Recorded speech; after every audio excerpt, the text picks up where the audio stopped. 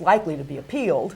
So I think Yes. it'll be a while before we get any final ruling on it. But the status of it right now is that DOMA is unconstitutional, and we're waiting to see whether it will be appealed. Yeah, because of course we'll have probably some sort of appeal in Massachusetts, Yes. and then some sort of appeal to a federal, I guess it'll be a federal appeals court first. It won't goes to the First Circuit from Yeah. the District Court in Massachusetts. It goes to the First Circuit Court of Appeal, to the Court of Appeals for the First Circuit, and then after that it would go to the United States Supreme Court. Yes. Now, this is a case that does not establish marriage rights, and a lot of people confuse it with the Prop 8 case that's going on in Yes. California. That's about marriage rights. This is simply about rights for people who have been married and are recognized as such by their state, and whether or not they should also be recognized at the federal level. Right. Okay, so there's a couple of things. Let's see here. We've talked about these chief counsel advices and so forth.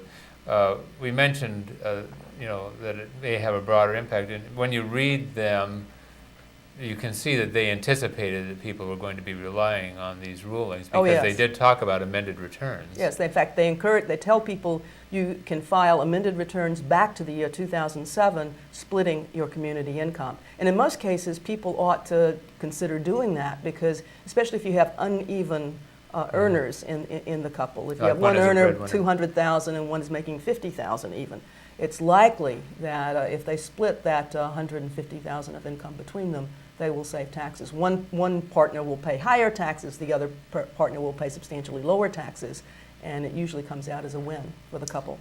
And it also implies that in the future, I mean, really, I would think even if you were filing a 2009 income tax return, after this chief counsel advice was issued, that you should be following that. Well, it says that in the Chief Counsel Advisory, but as you can imagine, that plays havoc with the tax return preparers who have a bunch of clients on extension, because they have filed estimated tax payments based on the old position of the IRS, which was to tax everything to the earner. And so it's not going to come out right if they suddenly split everything 50-50. When I called the Chief Counsel office and asked them about that, they said that if you were on extension, if you were filing for 2009, you could file either way. Okay. So you could still file the old way. But for 2010, the new rule is binding. When you get ready to file 2010, next year, when it's time to file those returns, you're supposed to follow the income splitting method. I would think that even if people had an underpayment, that they could still say there was a reasonable cause. Oh yes, it's just it's a little more of a hassle. They're likely to get a few notices from the IRS, but you can always ask to have penalties abated. Yes. And everyone expects that a penalty will be abated in this situation because it's not the fault of the taxpayer. Yeah. I mean, it's just a development that happened after they filed their tax return or after they filed for their extension. So, yeah, a lot of confusion here.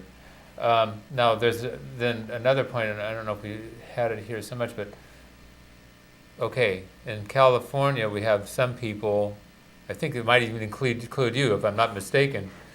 Some people are RDPs, okay, and then some people, registered domestic partners, some people are actually married. And some are both. And some are both. Most people are both, because you could be registered domestic partners before you were allowed to marry in that short window of opportunity in 2008. But some people are married and have not filed as registered domestic partners. That's because they believe it's a second-class status, and they believe in their marriage. That's the status they want. They want it to be respected, and so that's the only status they have.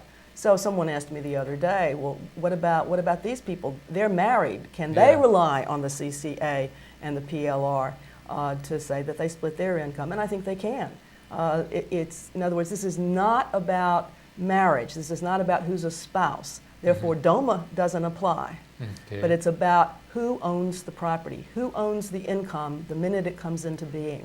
And the Supreme Court in Poe versus Seaborn said, it never vests 100% in the owner. The minute it comes into being, even if it's the husband or the first registered domestic partner who is doing the earning, that person only ever owns 50% of what he or she earns. So the other 50% is immediately vested in the other person. So that's the correct allocation for income tax purposes. Okay. Okay. Now,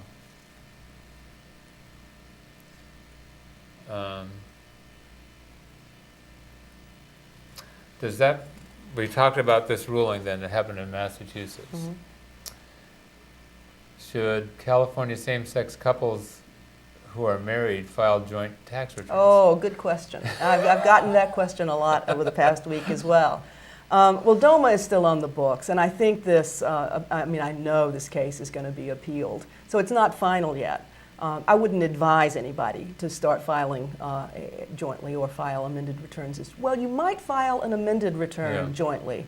You ought to talk to your tax advisor about this, because if DOMA really is unconstitutional and it's upheld and if the decision at the district court level is upheld on appeal, that would mean you would have been entitled to file jointly because your marriage would have been recognized. But remember, we've got a statute of limitations at play here too. Right. You cannot file an amended return more than 3 years after you filed your original return. Right. So the 2007 tax year, you're going to have until next April 2011, basically, to file an amended return.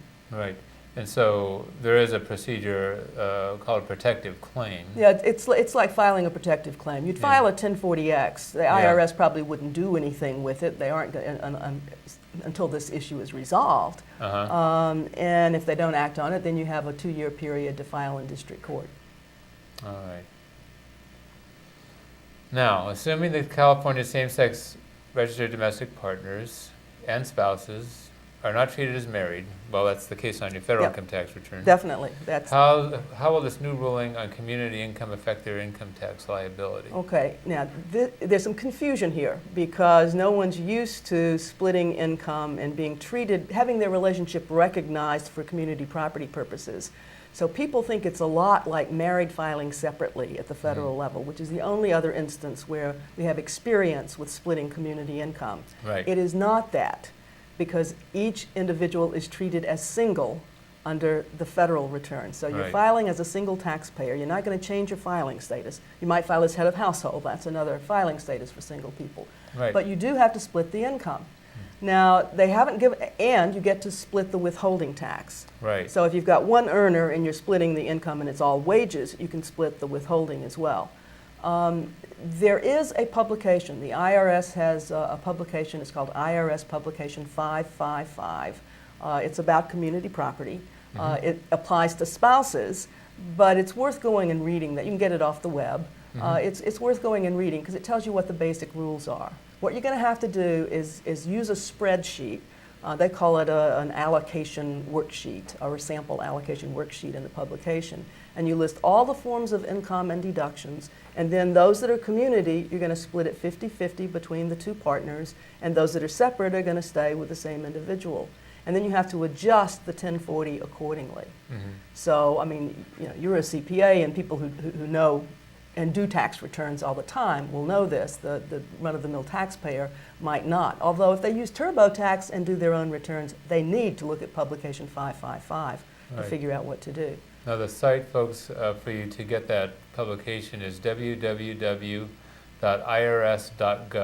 And then there's a little tab that you'll see on the upper left that says Forms and Publications. That will take you to the place where you can find those forms and publications. You can also just Google IRS Publication 555, and it'll take you right to it.